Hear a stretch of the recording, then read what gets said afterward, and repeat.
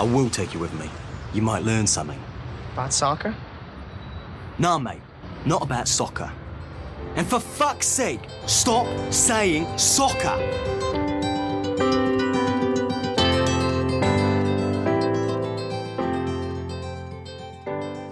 I thought that today's episode needed a long intro, that I would need to qualify the context, do some due moral equivocation, also about my place in this as an Austrian and a historian and a person with spiritual interests, and present you with a rationale for why now we travel to Israel. And I was writing it, I was about halfway through, and I thought, fuck it, I don't need to be doing these verbal gymnastics. I know human beings there. And our guest today knows more, and we'll just let these stories speak about soccer, about trauma, about peace and coexistence, and about youth cultures, both left and right of center, in what is an extremely diverse and very divided country, not the homogenous blob that many Western progressives as well as right-wingers like to see in Israel. This was a hard episode for me to prepare and process, but I'm deeply grateful it came together. So, from Israeli ultras killed or currently still held hostage, to the Arab soccer club that won the Israeli Cup, to what football and medicine in Israel have in common, on all of that, we go to Ashdod in the south of Israel, to Felix Tamsut. Felix is a self-described lefty Israeli journalist who covers football and fan cultures for the International Broadcasting Service of Germany. But he's also much, much more, and I think you'll agree, a wonderful human to talk us through a strange time and a strange place. And I hope stretch our empathy muscles in all kinds of directions. As usual, please leave a rating or comment or share this episode. It really does help. Or leave a voicemail. The link is in the show notes. But I'm not in the mood of much housekeeping today. So on we go to Felix. Welcome, Felix. Well, thank you for having me. You're the visiting professor today, and we'll have a lot to listen to before we travel to Israel, before we travel back in time a little bit. Who are you? What's your story? Growing up in Israel, now living in Germany. Maybe first, what's your football story? How'd you come to soccer? What does that biography look like in a nutshell? Well, basically, my father, when I grew up, my father was a football coach. And he used to coach the youth team of one of the 10 existing clubs in my hometown, Ashdod, in Israel. I grew up with football. My father is, in the meanwhile, an ultra-Orthodox rabbi. He has nothing to do with football nowadays, but through his eyes and through his experiences, I got to fall in love with the game.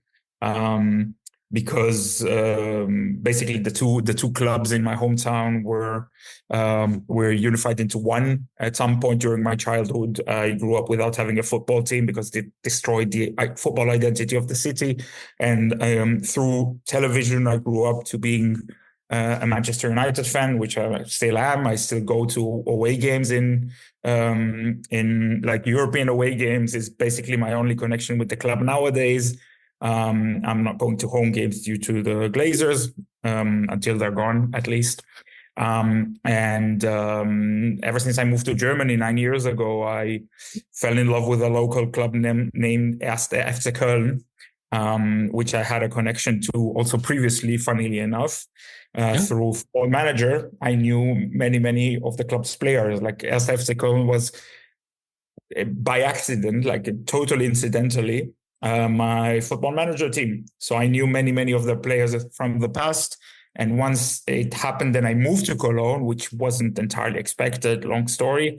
The players that I knew were basically a very good conversation starter with locals. I met many of my friends there through talking about football players that I had never seen play. With time, I started traveling with 1. FC Köln to away games, to home games, obviously. Nowadays, I go to, I'd say, about 25 league games a season or something along those lines, home and away. Apart from when my work as a football journalist doesn't allow it, but it happens quite happens quite seldom. There, I don't go. I usually try to keep the days free to go to away games. But this leads me to my next connection to football. I'm a football journalist in Germany over the past 9 years. Yeah. I've been covering issues involving fan culture, mostly fan rights. Also, political developments in German football and in the stands are something which I'm very interested in, and I've been reporting about in the past few years. And this is generally who I am and what I do. Right. Ashdod, the city of your birth and growing up that you mentioned, is in the south of Israel, pretty close to the Gaza Strip. Your dad, you said, is now an ultra-Orthodox rabbi, and you're in Germany reporting on football. What's the political and religious biography behind that? Politically, I've always been my parents always say that ever since I was a child, I used to argue about anything. So I grew up being mildly religious, and then my father became more and more religious as time went by. And I remember him trying to explain why we need to eat only kosher meat, for instance. And I used to reply and say, why?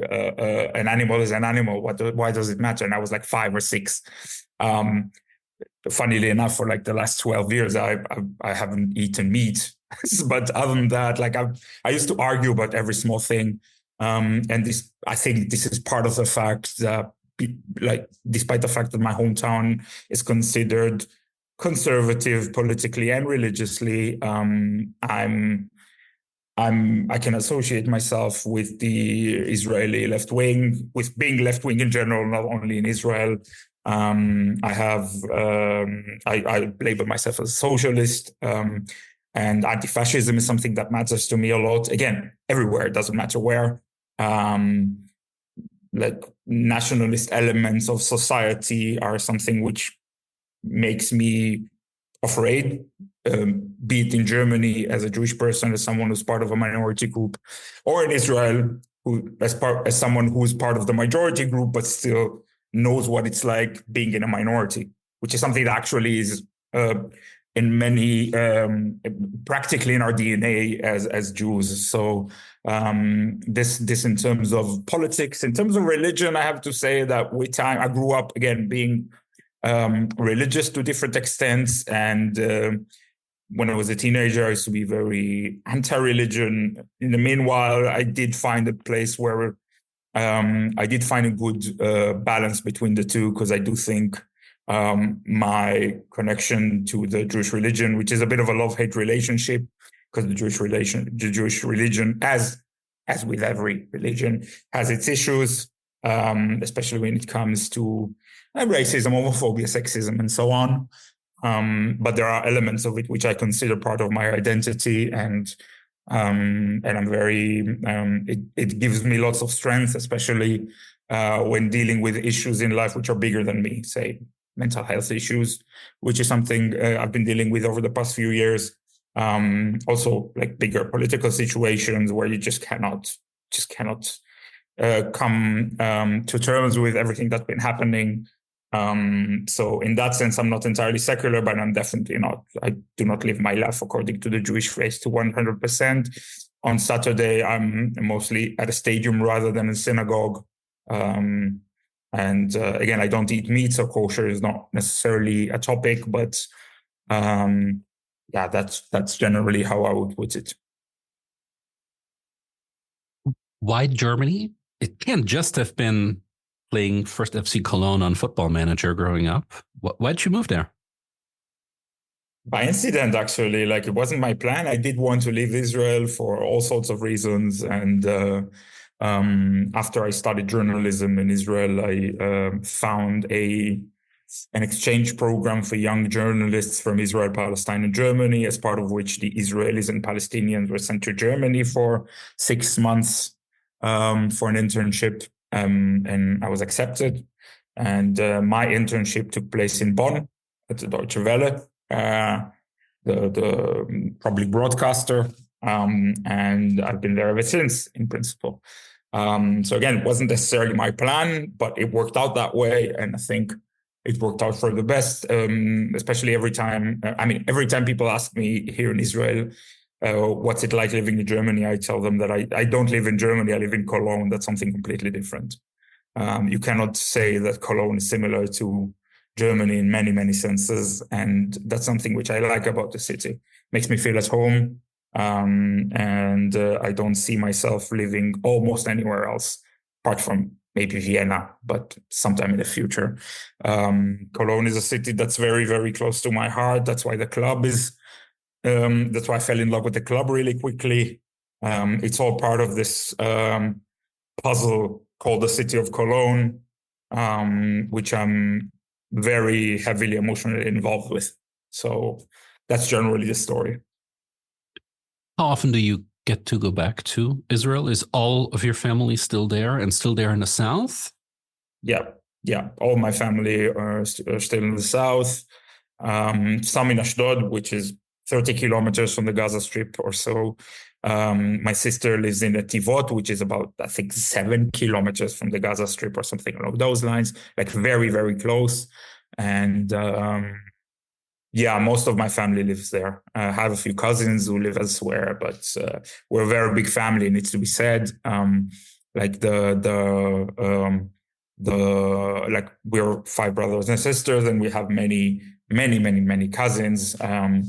So you're obviously all over the place, but at the same time, the lion's share of my family still lives in the south of Israel in this particular area. Yes. We can't, of course, bracket the events of October 7th and everything that followed in this conversation. In part, that's a motivation for me to humanize and also apply the lens of football and football culture a little bit to the build up to more recent Israeli, Palestinian histories, and understand human sides that the taglines and social media feeds these days will likely spare many of us from. And so I thought it might be good to start this not as a political chronicle, not as a military chronicle, but talk about 3 people that have close connections to soccer in Israel in one way or the other, but also, unfortunately, very close connections to the events of October 7th. If you would indulge us, maybe tell us a little bit about who these people are, their soccer connection, and the most recent chapters of their story. First, I wanted to mention Lior Asulin. Why should we know about him? Well, Lior Asulin was one of the most prominent Israeli strikers of the 2000s in Israeli football. He played for, I'd say, all of Israel's biggest clubs. Also for the smaller ones, he literally played everywhere. He will forever be remembered as the goal scorer in the Israeli Cup final, which gave Bnei Sachnin the Israeli Cup in 2004. Bnei Sachnin is an Arab team, and this was the first time a team from an Arab Israeli town / city wins a title with the goal of a Jewish striker.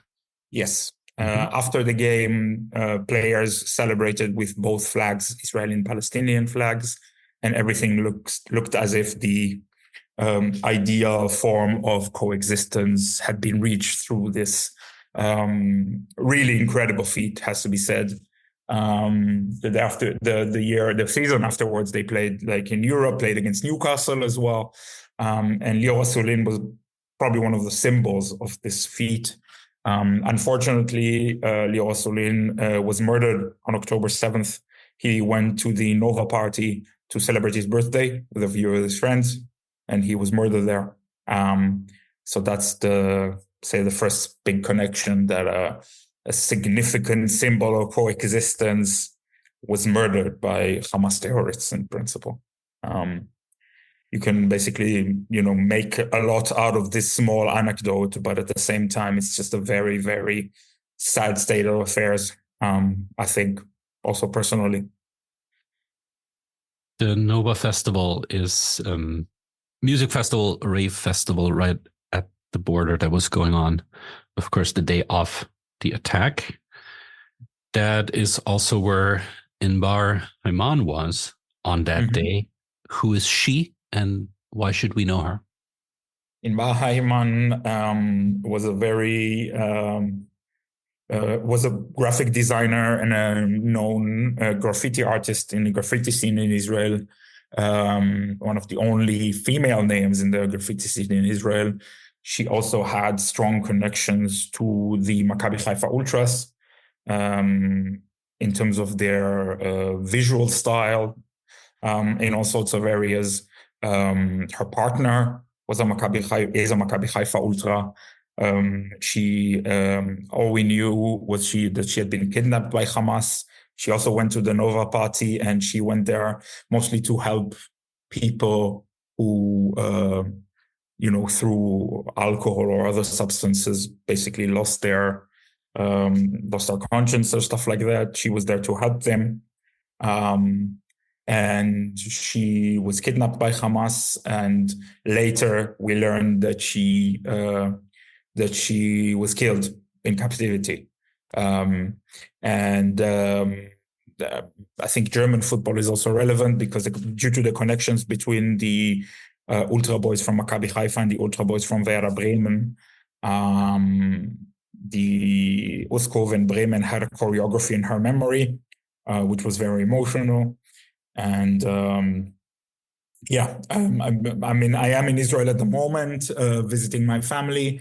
And you can see in Tel Aviv, you can see graffitis everywhere calling "Free Pink, Free Pink, Free Pink." Obviously, her friends in the graffiti scene went across the streets and made sure she will be remembered. But unfortunately, I think a week ago, 1.5 weeks ago, we learned that she had been murdered. Needs to be said, her body is being held in Gaza still. Like, it's not like there was a funeral or something along those lines. Like, her family and friends are waiting for her body to be brought back from Gaza so that they'll have some sort of closure. So this is the situation we think about.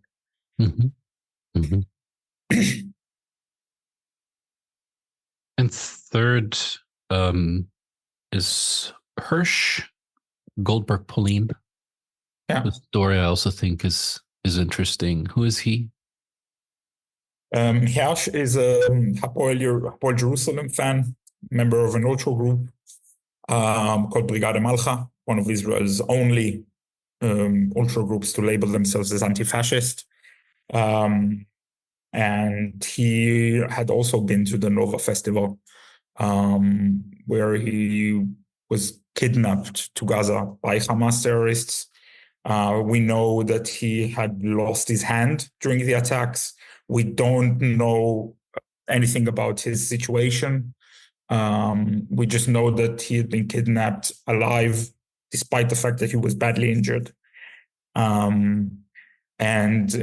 Here you also have a connection between Israel and Bremen, which plays a big role in this story, because the Brigade Malcha has a friendship with infamous youth, the most well-known Werder Bremen Ultra Group.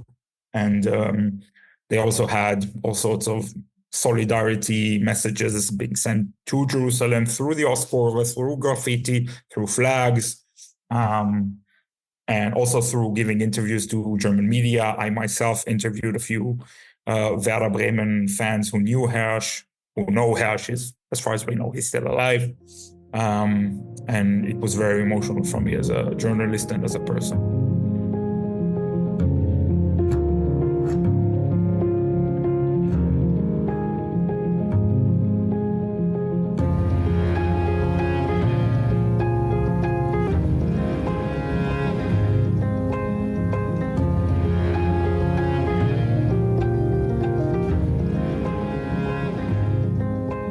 All of the clubs, the fan scenes we now name-checked, Bnei Sechnin, Maccabi Haifa, Hapoel Jerusalem, Hapoel Tel Aviv will be an interesting one as well, and the St. Pauli connection there, but we'll get to those a little later today. Mm-hmm. But while we're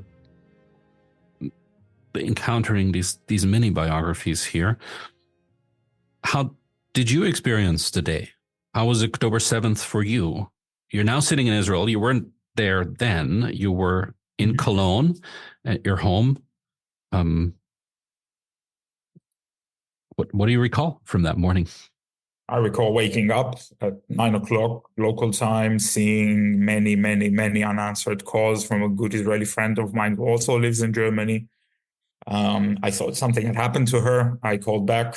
Again, it was literally a second after I woke up, and she says, "Have you seen what happened or what is happening?" I said, "No. What's the story?" And she said, "Turn your TV on now. Terrorist attack across the whole South." And I started, I basically turned the Israeli TV on, and what I saw basically meant I just froze for 10 minutes. I just couldn't move out of shock. After the shock, I sort of came to grips with the situation somehow, and I all of a sudden remembered that my sister lives close to the border with her children and her husband. It was a Shabbat, which means because my sister is a religious Jew, she doesn't answer calls on Shabbat.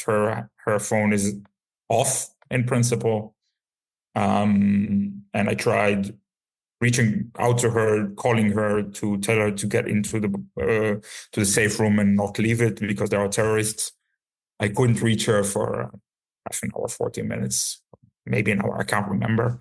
But luckily, and this is gonna sound funny, but I do think it's a case of luck. A rocket from Gaza hit her building. Just the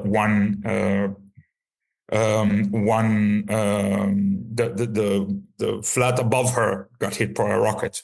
Luckily, nothing happened to anyone. Like the flat was empty at that time.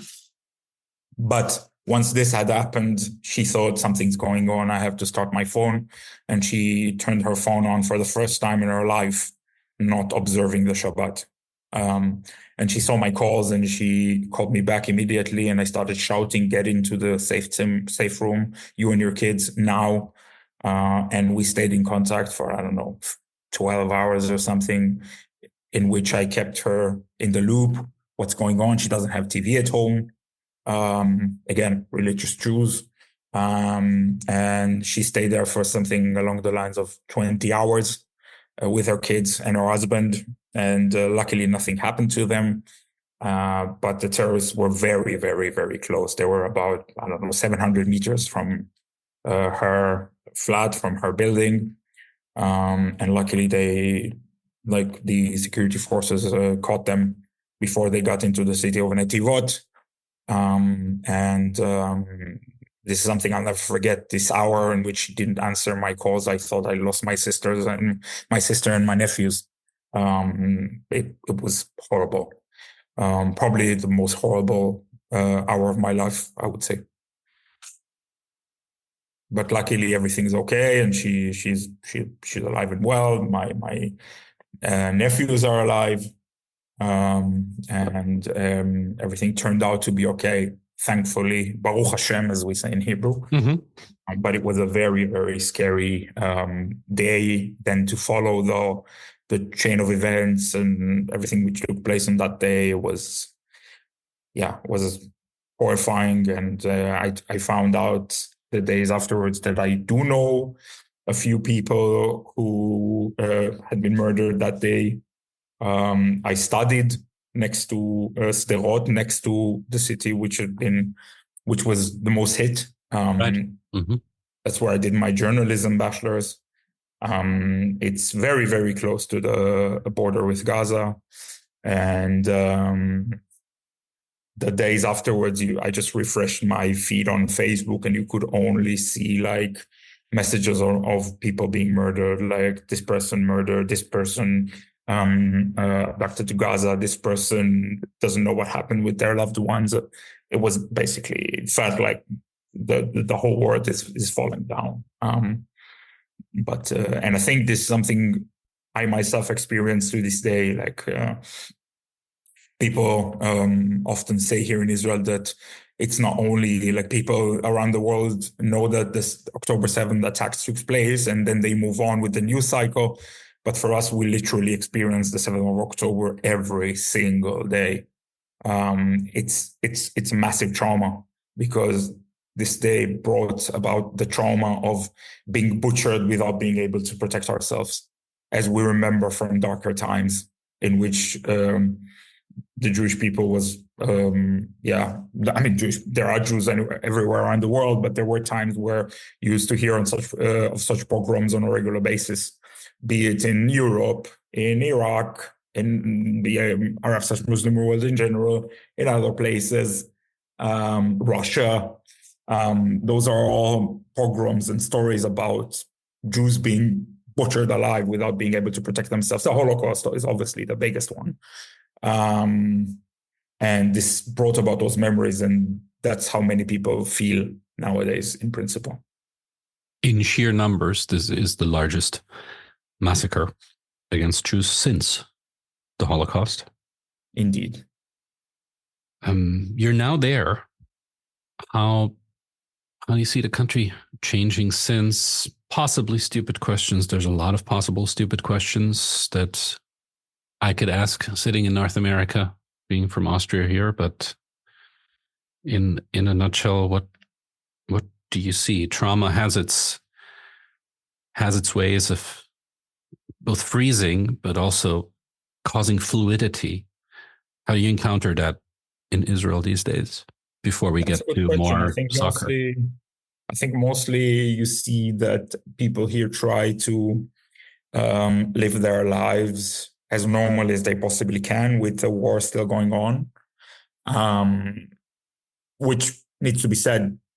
Generally speaking, those attempts are also successful. Like you walk around Tel Aviv and the city feels, in principle, pretty normal. Cafes are open, restaurants are open, people go out to have a drink at night.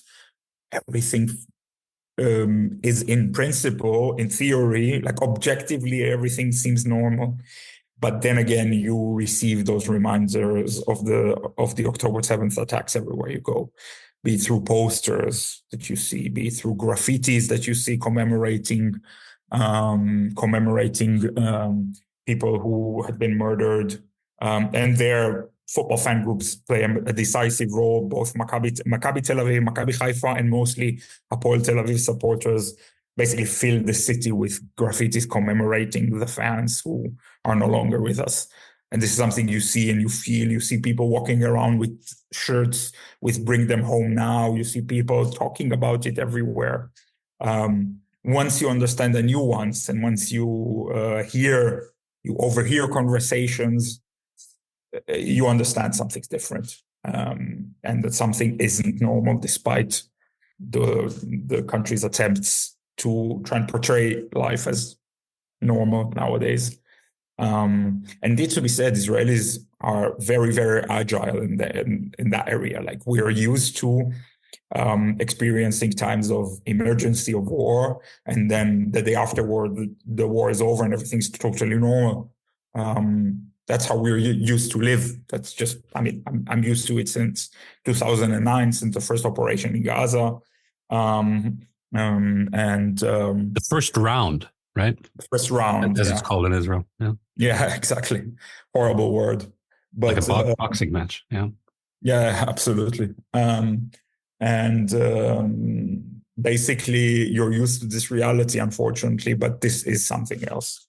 This hit differently, and you feel it all around here, especially if you speak and read Hebrew, but also if you don't. Among Western progressives, Western lefties, my sense is, my experience is that Israel is often viewed as this homogenous blob that's seen exclusively through the lens of the conflict, so exclusively through what is going on in the occupied territories. That is Israel, and what's going on in the Gaza Strip as well. I teach at a private university here, and some of our brightest students went on a trip to Israel and Palestine last May. And when they came back, I was a little shocked, but not surprised, that they knew precious little about how progressive Israeli Jews view Zionism, view the project of a Jewish state, and view the political conflicts in their nation as well. If we dial back, maybe the best snapshot of that inner diversity are the protests against the Netanyahu government that went on all the way before October 7th, protests against the judicial reform that right-wing government tried to institute. From your writing, I know that football fans were quite active in these protests on both sides of the political spectrum. Maybe you could dial us in a little bit to how that exemplifies the diversity of the country and also the political diversity among football fans.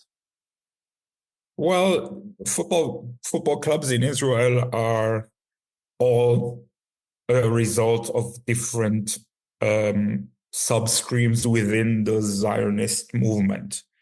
So all of the clubs that we know in Israel nowadays, they were established in the early 1910s, 20s, sometimes 30s, as part of different political movements within the Zionist movement. And their names, to this day, the club's names insinuate to that direction. The name, we all know that Israeli clubs have those prefixes, be it Maccabi, Hapoel, Beitar. Those are all different elements of the Zionist movement from way before Israel's establishment. Do you want to say briefly what those elements and strands are? I mean, it only takes a look at the logo of the Hapoel clubs, and you recognize there's something political going on, for example. Absolutely. Hapoel means the worker or the employee in Hebrew, and the Hapoel clubs, they all stem from the socialist Zionist movement. Beitar is a youth movement. For instance, Beitar Jerusalem, everyone knows.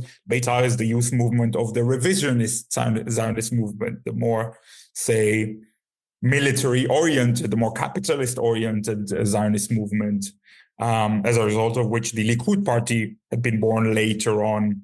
Maccabi is the general Zionists, which try to sort of unify everyone, but they keep on failing because we all know that we all have different political opinions. But they are, to this day, Maccabi Tel Aviv, the first Israeli sports club, or the first Zionist sports club in then mandatory Palestine, and I think even under the Ottoman Empire, still in 1907 or 6, I think they were established. Sorry. And that's basically the idea. I mean, it needs to be said that nowadays you don't really see those political affiliations playing such a big role. Most clubs, I think, with maybe 3 exceptions or maybe 4, to an extent, you have Beitar Jerusalem, whose fans are known to be from a certain group in society, also known for their conservative right-wing views in general. Yeah. Mm-hmm. Beitar Jerusalem is a massively supported club. I wouldn't say that every single one of them is like that, but that's generally speaking how it goes. While Hapoel Tel Aviv are they represent the more left-wing socialist element of Israeli society. Maccabi Tel Aviv represent this proud Zionist Israeli sentiment, which tries to represent, say, the center. And indeed, Maccabi Tel Aviv has fans from all over the place. So this is generally how it's being, how it still plays a role. But I think generally speaking, it's still something that you see. And Hapoel Jerusalem, obviously, Hapoel Jerusalem, the second Hapoel club to be established, I think 1926, if I'm not mistaken. 2 years after Hapoel Haifa, and their fans are still, or their main fan group, Brigada Malcha, still takes pride in it being left-wing and anti-fascist, and bring about socialist ideas, promoting coexistence between Jews and Arabs. That's generally speaking what it looks like nowadays. How do these political orientations translate into what went on right before October 7th? Protests against the Netanyahu government, but also then protests for it. Are football fans carrying their political convictions into the streets in Israel? Is that something that we saw during this last year? Yeah, of course. I mean, you saw right-wing fan groups applying violence against protesters. You saw some representatives of left-wing fan groups taking to the streets and basically trying to show presence. This clash took place on the streets as well, I would say. I wouldn't say it plays such a massively dominant role. That wouldn't be correct. But you could see people coming to the protests with their football tops, with their fan group tops and stuff like that. This definitely happened. I mean, I went to the protest myself in April with a group of Hapoel Tel Aviv fans. It was pretty interesting to see how these two worlds collide. It wasn't surprising, to be honest, because football is a political element and it will stay that way as long as it involves so many people for so many different backgrounds. And even if you want, it will still be a political statement in one way or the other. That's generally speaking a fair assessment, I would say, what you just said. Right. And in the stands, what makes Israeli soccer supporters' culture different from, let's say Germany, since you're acquainted most closely with that world? What would one most immediately notice as differences when you attend a match in Israel? It's a lot. It's not organized as well, but it's a lot more. It's more chaotic. Yeah, it's way more chaotic, which means the limits are wider. In Israel, there are the concept of things you really shouldn't say exists way less than in Germany.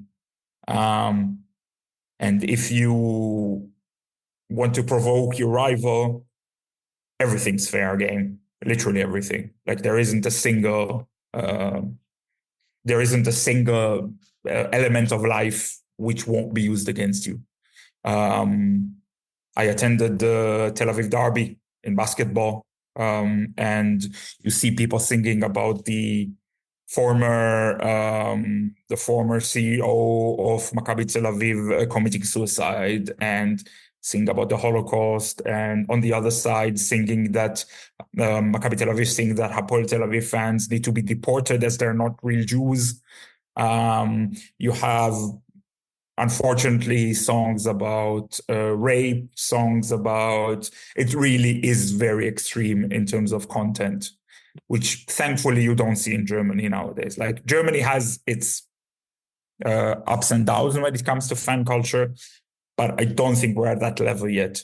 I think that those limits just they exist very, very scarcely in Israeli football, which is actually fits the idea of ultra or football as a youth fan culture, where you try to test your limits. And I obviously, I don't know, almost 30, almost 40. So maybe I feel like this is this is too much for me. But at the same time, it's a lot more, it has a lot more radical elements, I would say. Is that a reflection of broader social and political discourse as well, and the harsh demarcation lines within Israeli society, you would say? Or is it a football-specific phenomenon? No, it's not a football-specific phenomenon. It's definitely an indication of how society works. In Israel, almost everything's fair game in terms of, making jokes about things and laughing about things, be it, I don't know, terrorist attacks, the Holocaust, wishing someone a horrible death. It's all pretty normal. Like in Hebrew, you would use the term Holocaust to describe a bad day, for instance. Someone asked me, how was your day? My day wasn't great. I would say I had a Holocaust of a day.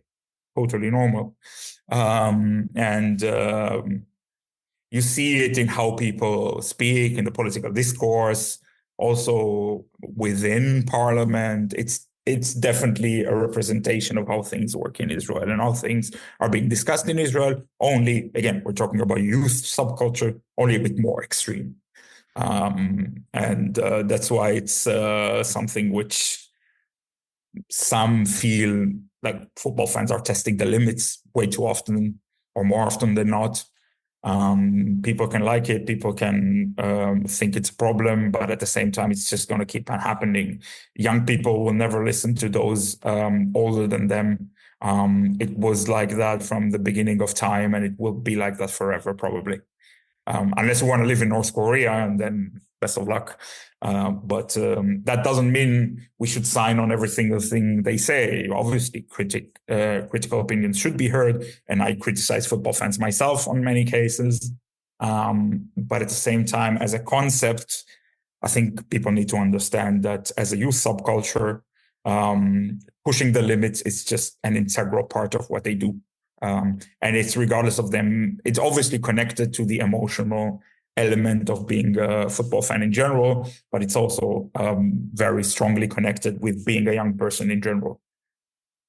How big is the subculture? The Israeli league is probably moderately successful. You can insult it, that's okay. What is that? You can insult it. That's perfect. I was going to say moderately successful at best in European competitions. Mm-hmm. At the same time, there's some relatively large stadium, relatively large and active ultra groups as well. What numbers are we talking about here on a weekend? Israelis that would find itself in stadiums. I'm not familiar with the number of members and ultra groups. At the same time, I can say that like attendance varies very, very strongly between the bigger teams. You have 5 traditionally big teams in Israel. Those are Maccabi and Hapoel Tel Aviv, Maccabi Haifa, Beitar Jerusalem, and Hapoel Be'er Sheva. Every single one of them brings 10,000 people plus to the stadiums. Maccabi Haifa usually has a full house of 30,000 fans. Mm-hmm. But then you have, let's say, the middle area with clubs like Hapoel Jerusalem, Hapoel Petach Tikva, which they have fans, they have active fan life, and they could bring the 3,000-4,000 people on a weekend.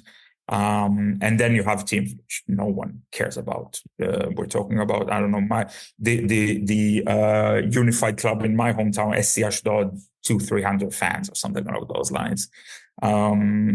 It varies. It really varies. Like the average number doesn't tell the real story, because the ends are so extreme. So that's right. Generally what it looks like. Most of these clubs are polysport clubs, so they often also have a basketball section or have sections in other sports. Is there a crossover between fans? So when soccer season is off, Maccabi Haifa supporters go to basketball games of their club? Not only when the football season is off, also when it's yesterday. I mean, I went to the Tel Aviv derby in basketball, and Ultras Hapoel, the Hapoel Tel Aviv Ultras, were there. Same group as from the football. There are the Brigade Malcha, Hapoel Jerusalem, they go to both basketball and football. Malcha is actually the name of the old basketball hall of Jerusalem. Like, this is where the area of Jerusalem where it was located is called Malcha. You do have clubs with their own fan groups in different sports. For instance, Maccabi Tel Aviv has a different support organization. It's called the Gate or something along those lines. And you have clubs which have, just their own supporter culture, like Hapoel Holon. Hapoel Holon doesn't have a football club that I know of. And still they bring lots of fans and they have fan groups and the atmosphere when they play is really, really decent. So it varies. But yeah, there are crossovers at times. There are people who would go to both the basketball and the football because those are the two most prominent sports in Israel. Some people would also go to handball. It also happened that the fan groups went to handball games, volleyball games. There used to be a time when Maccabi Tel Aviv fans, I think it was 10 years ago or something along those lines, when Maccabi Tel Aviv fans boycotted the football team and just kept on going to women's volleyball games for like a whole season, which was quite a sight. Yeah. But yeah, it exists. It definitely exists that people from like supporters or supporter groups from one sports go to the other. It's totally normal, as it is in other countries, I would say, in Greece, in Serbia. It's similar in Israel, I would say.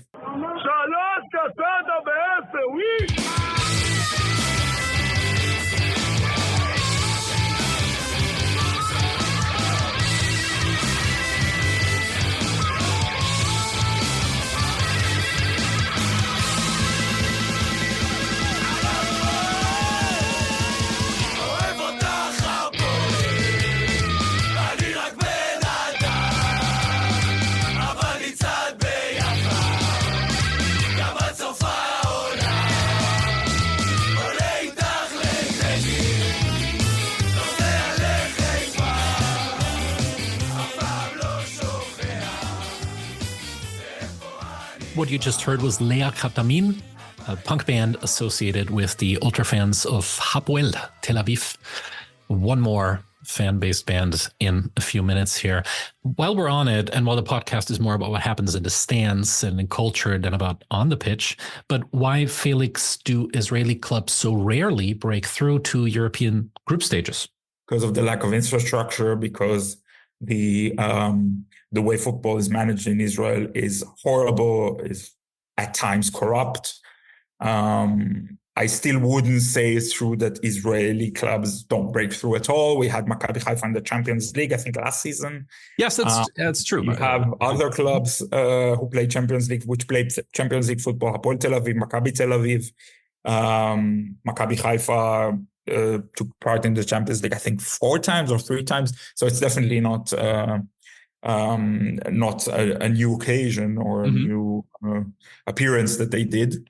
But again, given the size of the country and given the fact that we're talking about a country with, we're not talking about a poor country. After all, it lacks infrastructure and it lacks right management in principle. Those are the 2 big issues which prevent Israeli football from moving forward. To turn the wheel forward a little bit, has soccer and football changed since October 7th? I'm assuming the answer is yes. The question then is how? What do we see on the stands that's different, and how the game is covered that's different? I wouldn't say there's any difference in terms of how the game is covered, but there are massive differences. First of all, practically, according to the security authorities, football games can only take place with a maximum of 15,000 fans, which for some clubs is not a problem because they bring less anyways. But for other, the bigger ones, for Maccabi Tel Aviv, for Maccabi Haifa, that's a big issue. Like the Tel Aviv derby took place with 15,000 fans, and usually it brings double that amount. Maccabi Tel Aviv alone has more than 15,000 season ticket holders. Maccabi Haifa has more than 20,000. So that's in practical sense. You also, when you go to football games here, you hear the announcement. If it happens that there is a siren, everyone's in the place, cover your head and stuff like that. So there's an objective difference. Also, in terms of what it feels like, I have to say that it feels different. It feels like while the game takes place, you hear people shouting stuff, you hear people singing.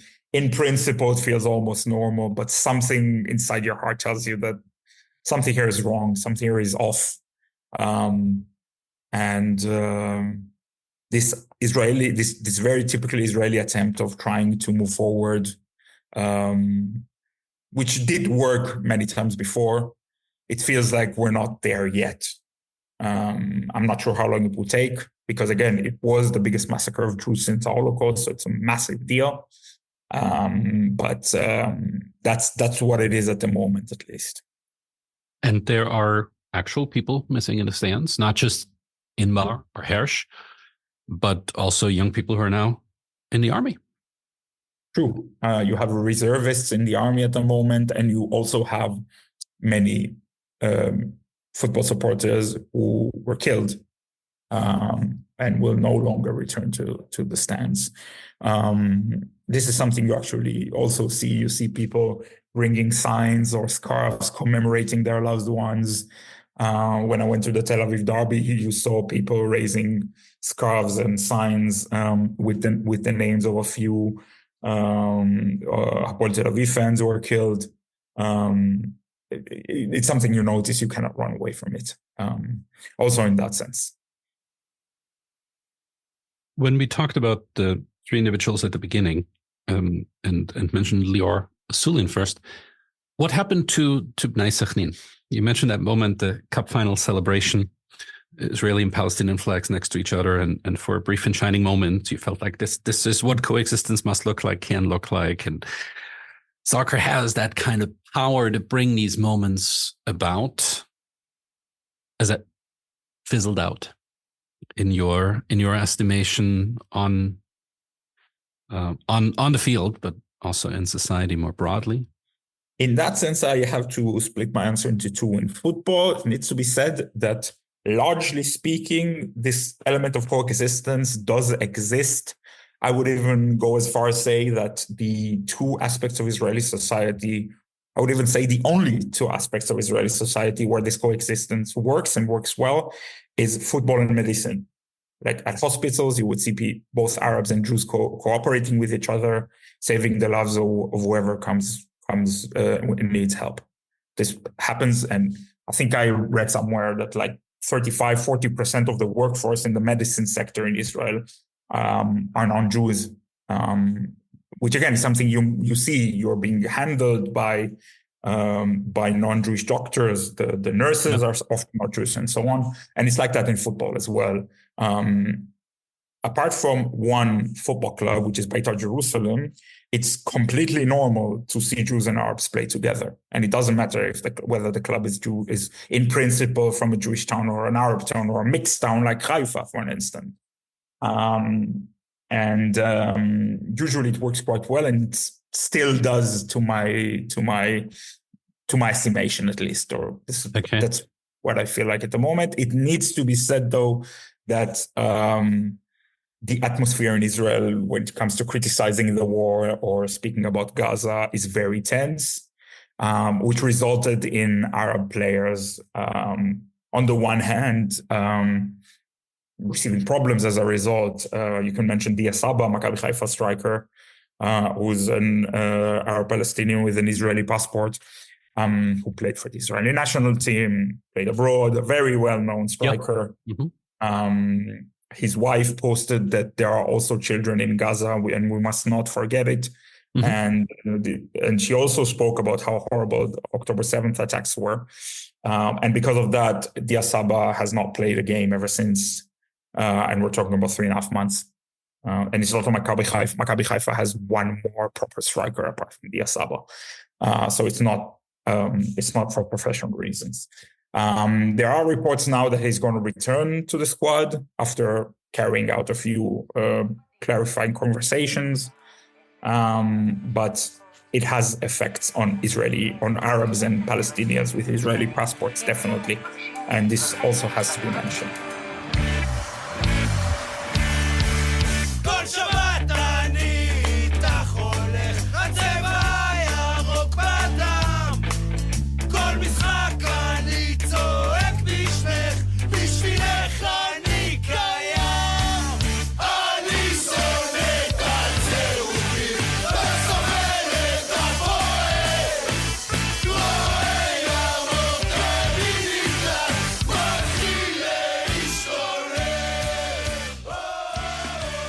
We just heard Hadad Masor, the ska/punk, post-punk band associated with the ultras of Maccabi Haifa, which is the club of Inbar Haiman, a hostage who is now confirmed dead. Maccabi, as well as the other clubs directly affected by the events of October 7th. Do we see statements in the stands regarding the war, regarding possible ceasefire, regarding hostages? Like, I think football is just part of society which tries to function with the war in the background. And I haven't seen a single call from within the stands which calls to end the war or something. We did see calls from different fan groups to release the hostages, solidarity with our hostages and stuff like that. Especially Brigada Malcha. Obviously, one of their own members is currently a hostage in Gaza. But active calls to end the war, we haven't seen it. It's just, I think people are, as I said, the Israelis are mostly experiencing the 7th of October again and again and again every day through memories and through other aspects of life here. And I think this is a country in trauma. And I don't think, again, from my own personal views, I think it took me a while to come to a point where my own personal trauma is secondary to voicing political critique.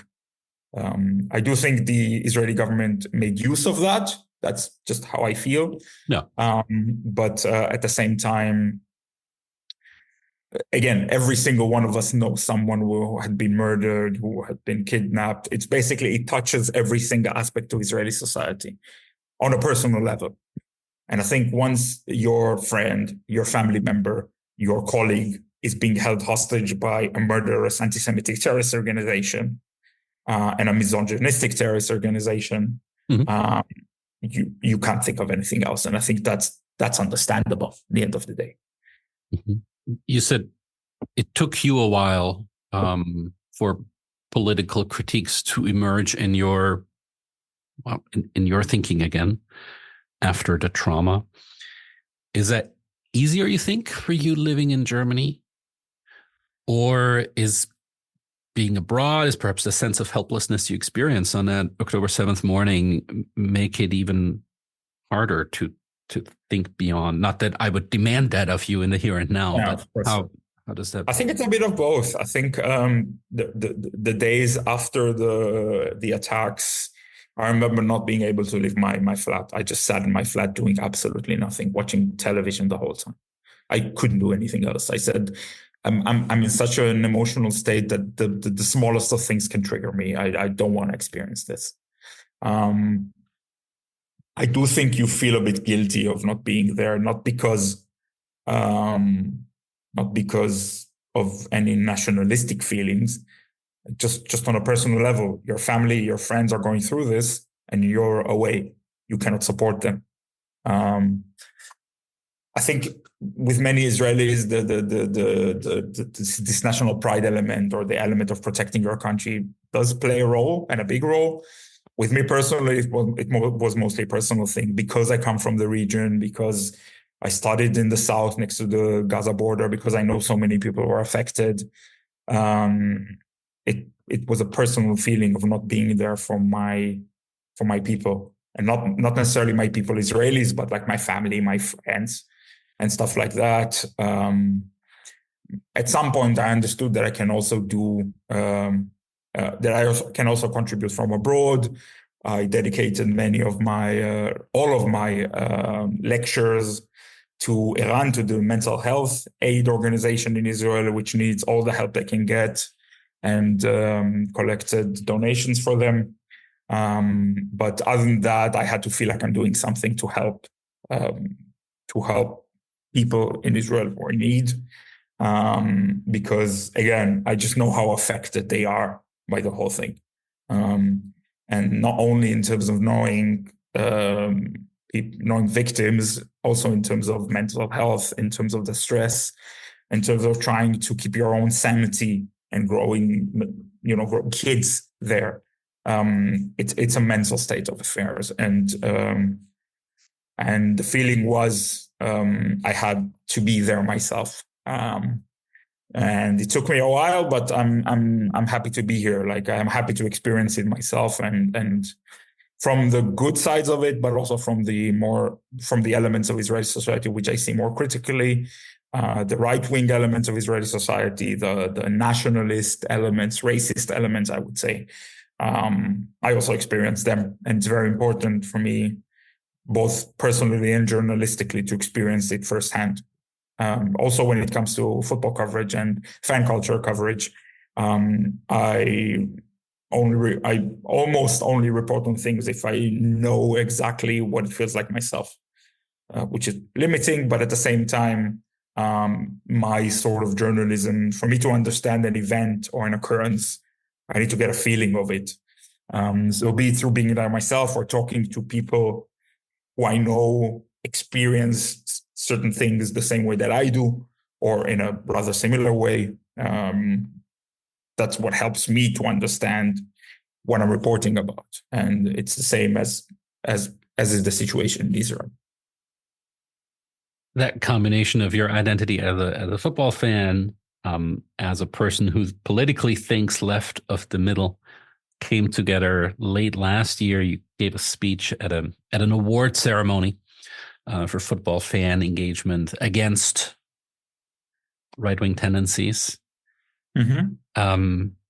How does living in Germany then look like for you now? I've asked you a lot about how you see Israeli society right now. How do you see Germany, Central Europe, and Europe post October 7th?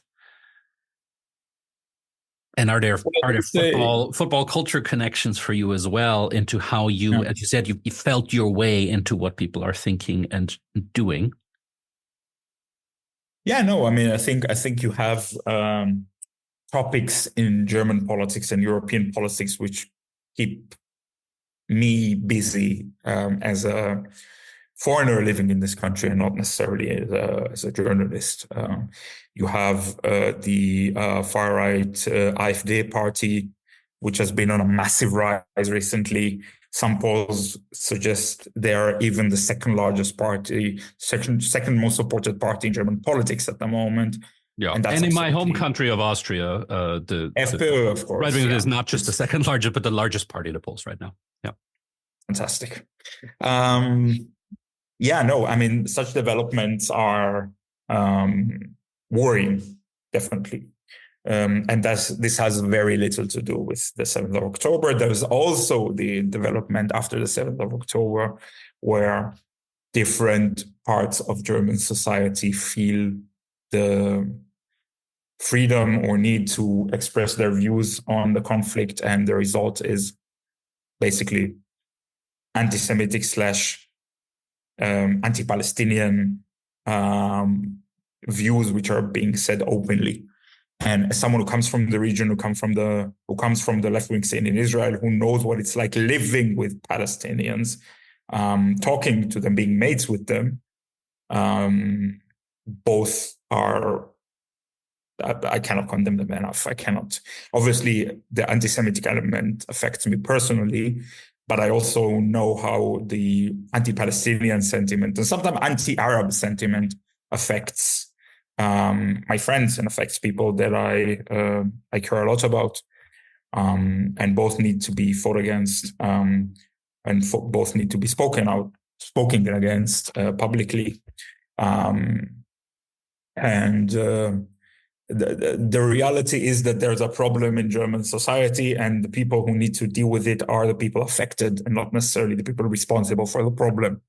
And this is something that I find unjust. I find it very annoying on a personal level. Just to give an example, if someone makes an anti-Semitic remark, it's up to me to make that public and speak about it, and then receive more anti-Semitic remarks from people who support him. That's not entirely fair as a structure. Mm-hmm. And it also affects many other discrimination forms, not only anti-Semitism, definitely. But this is how it works, not only in Germany, also elsewhere, needs to be said. But this is something which I find very tiring. And we're only going to see it growing the more the more you have the war in the Middle East on one hand and the rise of the far right on the other. One of them is obviously an international event. The other one is a local one. So those two developments are very worrying to me. And there's the famous Jewish sayings that a Jew always lives with their suitcases ready to go. It also affects the current situation. I know many people who consider moving away from Germany, from the Jewish community, as a result of I do too. Those two developments. I would say the far right rise is, say, more familiar due to history, but at the same time, it's just worrying, no matter how you look at it. And that's basically the current situation. Still, and this has a soccer connection, is the German discourse about Israel and about October 7th as peculiar as people outside of Germany sometimes see it? And what comes to my mind here is in the large scheme of things, rather minuscule, but still noticeable conflict between some of FC St. Pauli's international fan clubs and the club itself. So some of this played out on Twitter/X, where you can probably summarize better what happened there. But the upshot from it, to me, was the realization that I, as an Austrian and as a German, am trying to perhaps think about the country and the conflict from another angle. And the disconnect between me as a person who is left of center and I live here in America, and Americans who are left of center and view Israel from a completely different angle may be based on, I don't know, where I grew up and what my grandfathers did at the end of the day. I'm not sure. Yeah. Do you think German/Austrian discourse about Israel is peculiar? And maybe you want to say briefly what happened with the St. Pauli.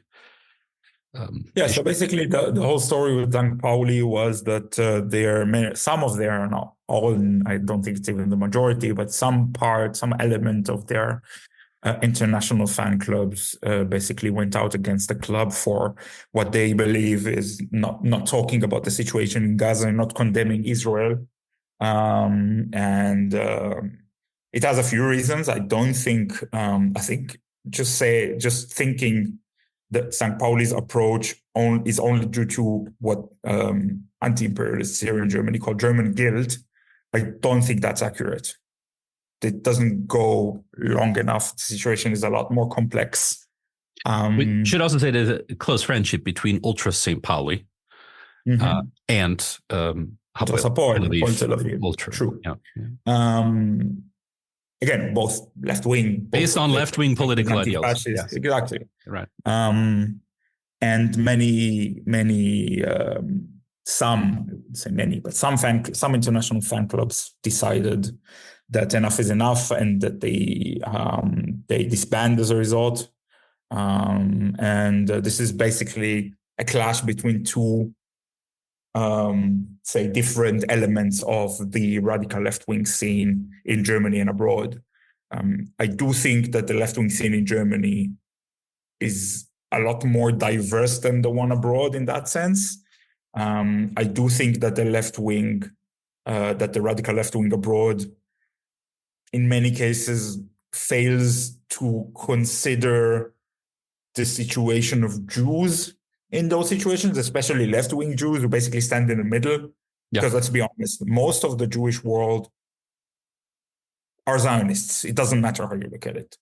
I mean, some say more than 80% of the Jewish world are Zionists. Some say more than 90%. It doesn't really matter. We're talking about the lion's share of Jews nowadays. Point. It doesn't matter where you look, period. It doesn't matter how you look at it, and it doesn't matter what you think. Which means the statement, I'm not against Jews, I'm against Zionists, means that you're against 90% of Jews. So thanks for nothing in that sense. Yeah. Now, let me interject here briefly. How would you, in a nutshell, define Zionism for you? Well, it's not about how I define it for me. In principle, is Zionism the belief that Jews should have a political home. Exactly. So I just wanted to get that in. Is what? Yeah, sure. It doesn't matter how you define it yourself. That's the literal definition of it.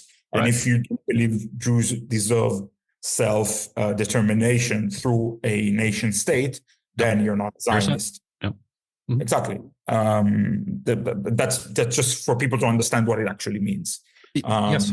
No, it's thrown around as a kind of a curse word, really. Yeah, the exactly. Context. That's especially online, and there's a very simple, straightforward political definition that fits into the liberationist history of nationalist movements in Europe, turn of the century, and that's okay. Exactly. And I think in that sense, the acceptance of Zionism is seen as something which is, or in the German radical left wing, accepting Zionism as part of the legitimate sphere of opinions and of theories is something which is seen in the context of Jews want to be part of our scene as well. And if if a very large number of Jews are Zionists, it means we cannot exclude them from our conversations, which I think is, generally speaking, a healthy way to go about this, regardless of how I label myself. I do think that it's a very fine line, which you see being crossed in many cases in among the German left-wing groups. It's definitely not as straightforward as people from abroad think it is. But at the same time, I do think the idea of including the majority of Jews around the world in your activism is something which is just, should be self-explanatory. I don't think it needs to. You necessarily need to accept Israel and its politics the way it currently is. I know I don't. And I have my problems with it in many, many aspects, not only with the conflict. But at the same time, denying the core idea that Jews deserve a home, whereas history has shown time and time again that without having a home, we're just going to be persecuted again and again and again and again. And we basically stay defenseless the whole time. That's just detached from reality, needs to be said. And the saying that people say, why don't they return to where they came from? Well, my family came from North Africa originally, where people were often murdered down the street, where people were harassed, where people were called names.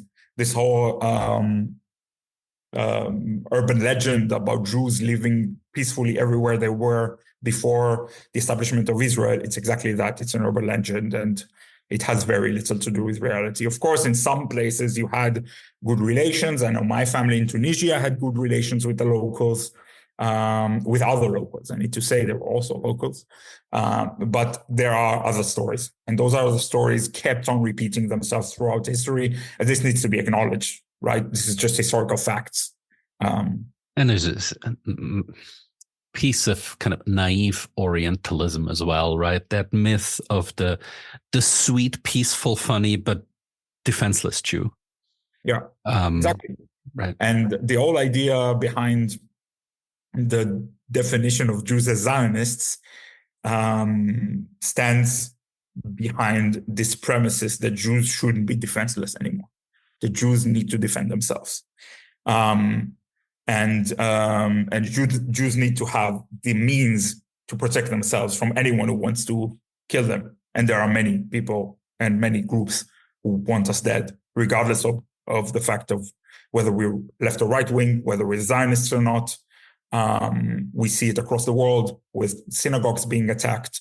I mean, what's the connection between a random synagogue in, I don't know, Virginia and the state of Israel? Those are people wanting to practice their religion. Same could be said about, I don't know, Gelsenkirchen in Germany or whatever. We had numerous such events in the past few years.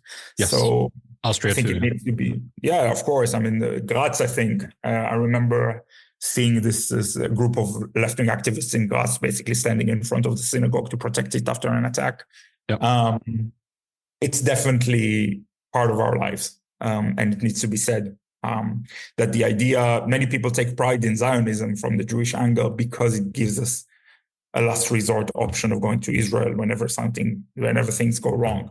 And they are prone to going wrong, as we're seeing in Europe nowadays, with the rise of the far right, with Islamist groups existing and growing in Western Europe.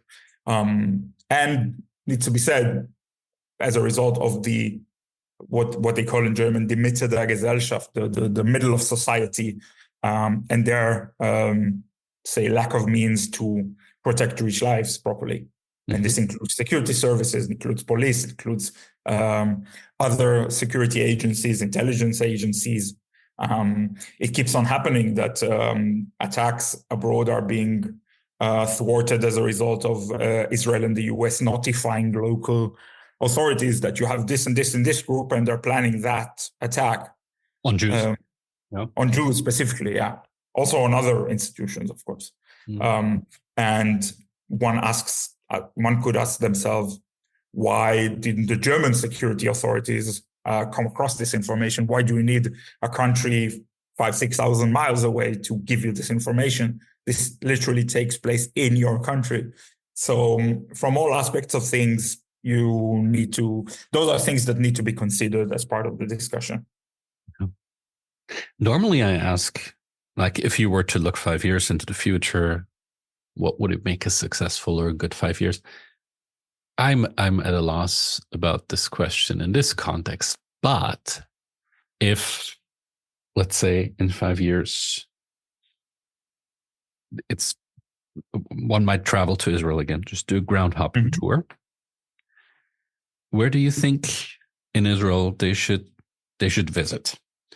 And what will you think football then tell visitors about what's become of Israel, of the country's identity and trajectory? You don't need to take on the mantle of a prophet, but let's just assume situation is different a few years from now.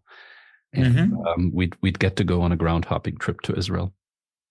Well, first of all, for ground hopping purposes, I definitely recommend going to those big clubs that I mentioned, which have very, very different sorts of support, and each of them is special in its own way. I would also recommend traveling to the north of Israel, where many Arab towns and cities have local clubs which are being massively supported. Incredible atmosphere, and very, very lovely locals.